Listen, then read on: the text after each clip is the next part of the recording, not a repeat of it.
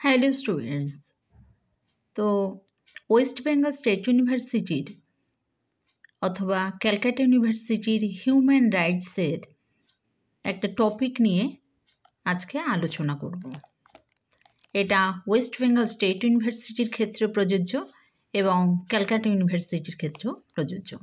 তো এটা হচ্ছে হিউম্যান রাইটসের এলজিবিটি কিউদের মানবাধিকার সমস্যার প্রতিকার। তো আগে বুঝবো যে এই যে এলজিবিটি কিউদের মানবাধিকারটা কী এবং সে সম্বন্ধে তার সমস্যার প্রতিকারটা।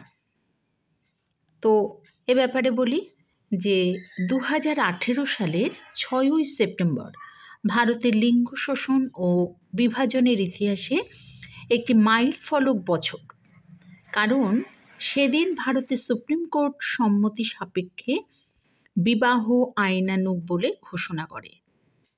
এর আগে ইন্ডিয়ান পেনাল কোড 377 নম্বর অংশ ও 1861 সালের আইন অনুসরণ করে চলত, আর অপরাধ বলে গণ্য করত যা প্রকৃতির বিরুদ্ধে যায়।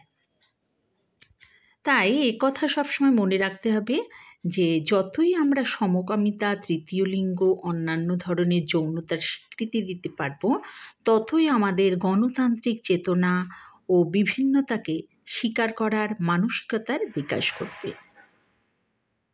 বিভিন্ন মানবাধিকার সংগঠনগুলি নিয়মিত প্রচার ও স্কুল শিক্ষায় জীবনশৈলী শিক্ষাকে অন্তর্ভুক্ত করার দাবি তুলতে পারে, তবেই এই সরকার সচেতন হবে।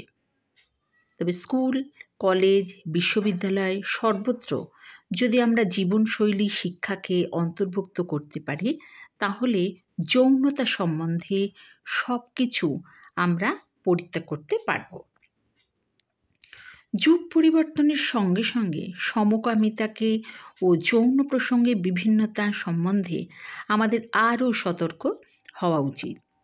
তাই এ ব্যাপারে যত পরিমাণ সহশিক্ষা অর্থাৎ কো এডুকেশন বিদ্যালয় প্রতিষ্ঠা করা যাবে এবং সমকামিতাকে কোনো রোগ হিসাবে না ধরে তাকে স্বাভাবিক ব্যাপার হিসাবে প্রচার করা যাবে, ততই আমরা এই সম্প্রদায়ের মানুষদের বিরুদ্ধে ঘটে যাওয়া যে সমস্ত অপরাধ, সেই অপরাধগুলিকে প্রতিরোধ করতে পারব। তাই এই ছিল আমার আলোচ্য বিষয়।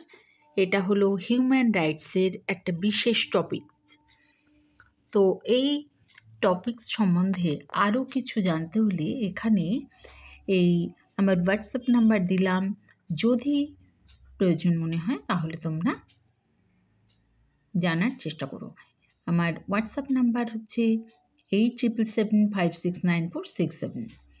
তো এটা হচ্ছে হিউম্যান রাইটসের একটা টপিক, খুব ইম্পর্ট্যান্ট টপিক।